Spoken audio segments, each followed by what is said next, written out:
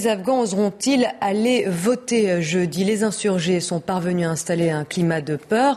Ils menacent d'attaquer les bureaux de vote. Pour assurer au maximum la sécurité des électeurs, l'OTAN a décidé de suspendre ses offensives militaires contre les rebelles. Mais dans certaines provinces, on s'attend à un taux de participation très faible. Ce sera sans doute le cas dans le Logar où se sont rendus nos correspondants Nicolas Bertrand et Jean-Michel Papazian. Des centaines d'urnes en plastique attendent d'être distribuées dans les bureaux de vote de la province du Logar. Tout le matériel flambant neuf est entreposé ici. Et dans ces containers, il y a les bulletins de vote et tout l'équipement pour organiser des élections. Quelques gardes et policiers afghans surveillent le tout, mais vous ne verrez pas un seul étranger pour encadrer la manœuvre. Ils sont tous partis.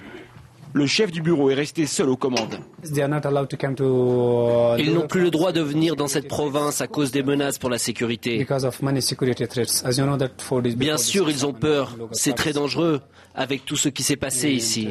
Nous nous occupons donc de tout, nous-mêmes.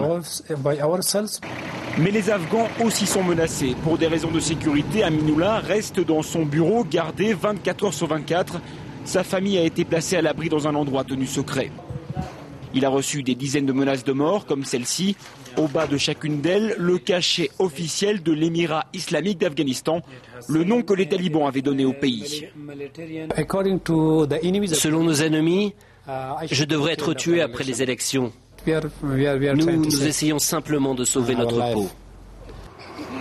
Nous ne sommes qu'à 50 km de Kaboul. Pourtant ici, la situation sécuritaire s'est dégradée depuis plusieurs mois.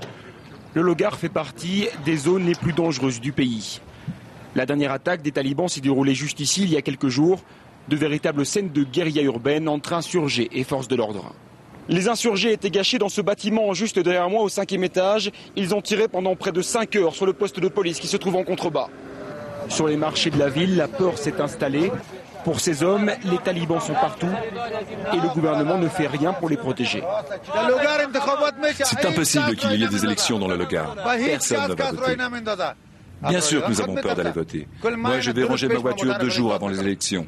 J'ai déjà reçu une lettre de menace qui disait « Ne sortez pas de chez vous » et ce n'est pas pour rire. La coalition internationale, présente depuis 8 ans dans le pays, avait promis un scrutin libre et démocratique. Il faut aujourd'hui se rendre à l'évidence. Dans de nombreux endroits, comme ici dans le Logar, c'est un échec.